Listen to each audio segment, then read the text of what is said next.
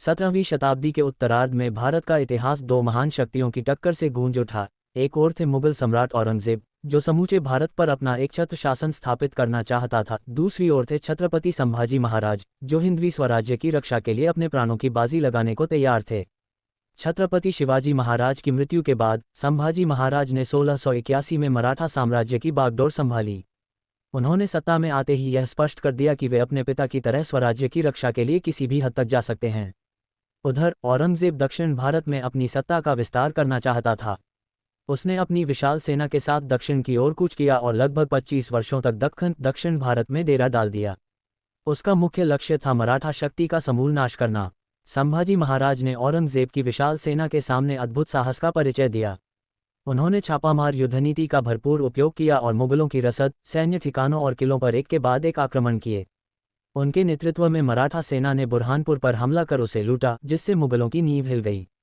इसके अलावा वे गोवा में पुर्तगालियों और कोंकण के समुद्री मार्गों पर भी नियंत्रण के लिए लड़े। औरंगजेब को हैरानी थी कि कैसे एक छोटा सा मराठा साम्राज्य उसकी विशाल मुगल ताकत को चुनौती दे रहा है। संभाजी महाराज के शासनकाल की सबसे बड़ी त्रासदी तब आई जब 1689 में गंजी शिर्के, जो कि उनके रिश्तेदार भी थे, ने मुगलों से मिलकर विश्वासघात कर दिया।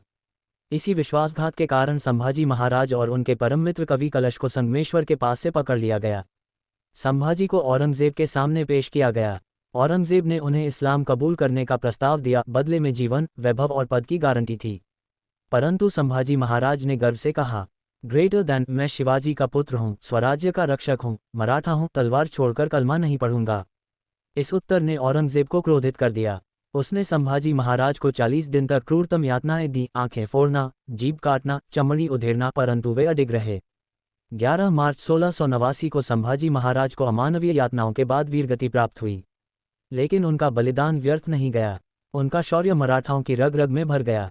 उनके बाद मराठा सेना और भी विकराल रूप में उभरी और धीरे धीरे मुगलों को दक्खन से खदेड़ दिया।